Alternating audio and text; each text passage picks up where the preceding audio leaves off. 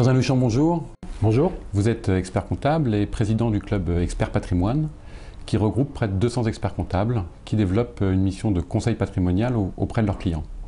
Alors l'expert comptable semble le mieux placé pour effectuer des missions de conseil en patrimoine, et pourtant 18 000 experts comptables et seuls 500 experts comptables effectuent ce type de mission. Comment expliquez-vous cela ? Je crois que je vois trois raisons essentielles. La première, c'est que l'expert comptable, déjà traditionnellement, est très occupé avec ses missions dites de base et que ça l'occupe d'un bout de l'année à l'autre de façon assez abondante et peut-être ne prend-il pas le temps nécessaire pour chercher d'autres missions et pour élargir son périmètre, même si aujourd'hui, les affaires devenant un peu plus difficiles, la croissance beaucoup plus molle, il s'intéresse un peu plus à ce que pourrait être une extension de son champ d'activité. Deuxième raison, c'est une raison, on va dire, plus juridique, sur son périmètre d'intervention. L'expert comptable a-t-il le droit d'intervenir dans la gestion de patrimoine auprès de particuliers, auprès de chefs d'entreprise ? La question pourtant tranchée pose encore débat chez certains de nos confrères, c'est peut-être ce qui le rend un petit peu méfiant et prudent. Et puis la troisième raison, c'est toujours une question d'argent.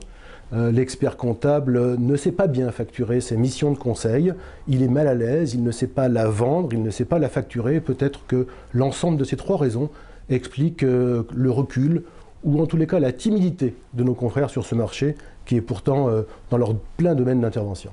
Sur le plan fiscal, l'expert comptable peut-il s'arrêter à une simple déclaration ou doit-il aller plus loin? On pense notamment à l'article 15 du Code de déontologie.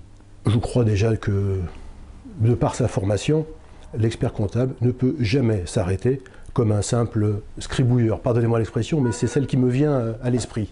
Alors vous parlez de la matière fiscale, que ce soit la matière fiscale ou la matière sociale, où très récemment, il y a eu un arrêt de la Cour de cassation assez retentissant, où l'on a clairement dit que l'expert comptable ne pouvait s'arrêter à transcrire simplement, mécaniquement, des informations que le client lui donnerait sans en vérifier la pertinence, l'adéquation avec la situation exposée du client, en bref, sans faire son rôle de conseil.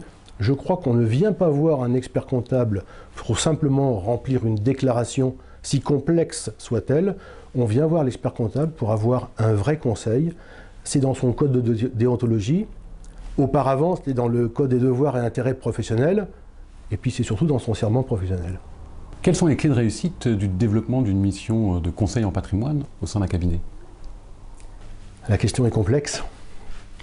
Tout d'abord, je crois que le développement de la mission de gestion patrimoniale dans un cabinet comptable doit répondre à une stratégie clairement établie, voulue, étudiée, et pour lequel l'expert comptable va d'abord examiner ses forces et ses faiblesses, ensuite voir les moyens qu'il doit mettre en œuvre.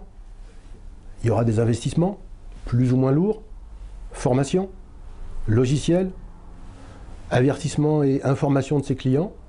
Et évidemment, suivant que sa clientèle est très diversifiée et nombreuse, ou au contraire relativement succincte, il aura un intérêt ou un frein financier à mettre en œuvre cette mission. Pourtant, il y a au moins une troisième voie que chaque expert comptable devrait explorer, c'est au moins la voie de l'interprofessionnalité, parce que quelle que soit la taille de son cabinet, tous ses clients méritent un conseil patrimonial et surtout, tous ses clients ont besoin d'un conseil patrimonial.